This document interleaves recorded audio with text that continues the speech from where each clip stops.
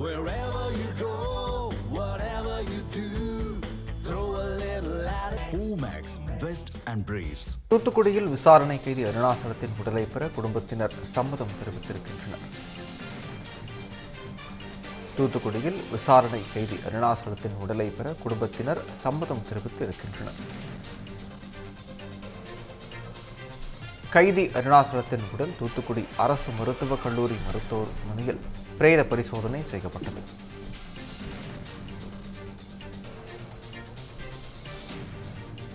இரண்டு மணி நேரத்திற்கு மேலாக நடைபெற்ற உடற்கூறாய்வு நிறைவடைந்த நிலையில் உடல் குடும்பத்தினரிடம் ஒப்படைக்கப்படுகிறது.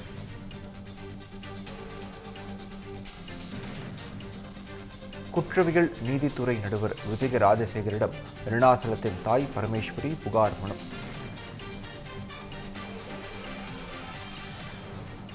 உதவி ஆய்வாளர் தரண்யா 3 காவலர்கள் தாக்கினார்கள் என அருணாச்சலம் வாக்குமூலம் என தாய் பரமேஸ்வரி தெரிவித்திருக்கிறார்.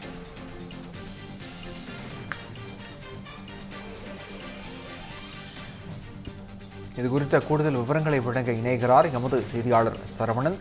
சரவணன், விவரங்கள்.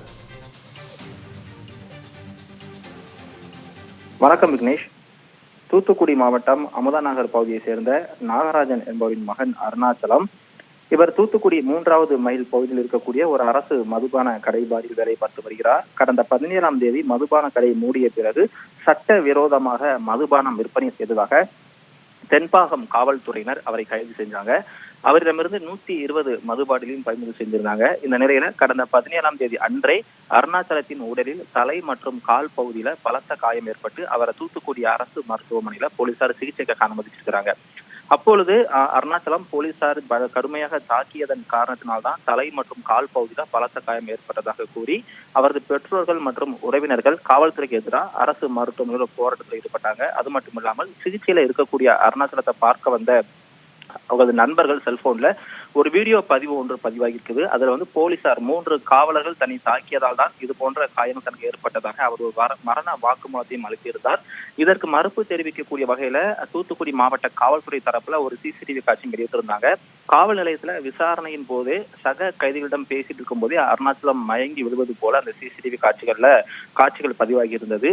இது தொடர்பாகவும் தூத்துக்குடி மாவட்ட குற்றவியல் நடுவர் நீதிமன்ற நடுவர் ஒரு தீவிர விசாரணை மேற்கொண்டு வந்தாரு. இந்த சூழல்ல இன்று காலை உயிரிழந்திருக்கக்கூடிய அருணாச்சலத்தின் உடலானது பிரேத பரிசோதனைக்காக தூத்துக்குடி அரசு மருத்துவமனைக்கு கொண்டு வரப்பட்டது.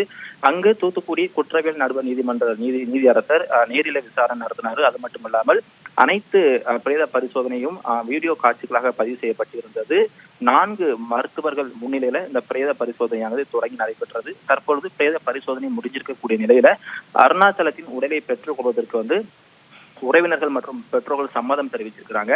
அது மட்டும் இல்லாமல் இந்த வழக்குல முக்கிய திருப்பமாக பார்க்கப்பட வேண்டிய விஷயம் என்ன அப்படின்னா, உயிரிழந்திருக்கக்கூடிய அருணாச்சலத்தை கைது செய்திருக்கக்கூடிய உதவி ஆய்வாளர் தரண்யா மற்றும் 3 காவலர்கள் தாக்கியதால் தான் எனது மகன் அருணாச்சலம் உயிரிழந்திருப்பதாக ஏற்கனவே மரண வாக்குமூலம் கொடுத்த வீடியோ தங்களிடம் இருப்பதாகவும், இந்த வீடியோ ஆதாரத்தை வைத்து அந்த 3 காவலர்கள் மீதும் உரிய விசாரணை நடத்தி உரிய நடவடிக்கை எடுக்க வேண்டும் அப்படின்ற மாதிரி அருணாச்சலத்தின் தாயார் ஏற்கனவே நீதித்துறை நடுவர் விஜய ராஜசேகரிடம் ஒரு மனுவையும் அளித்திருக்கிறாங்க.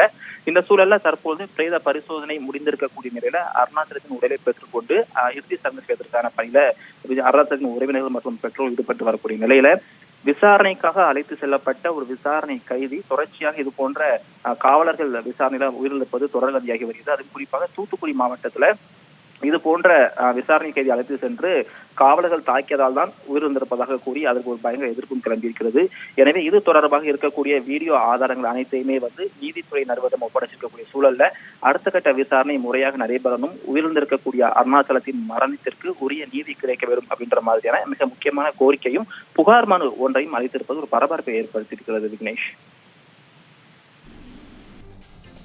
விவரங்களுக்கு நன்றி சரவணன். தமிழ் ஜனம் சேனலை சப்ஸ்கிரைப் பண்ணாம பார்த்துட்டு இருந்தீங்கன்னா மறக்காம சப்ஸ்கிரைப் பண்ணிடுங்க.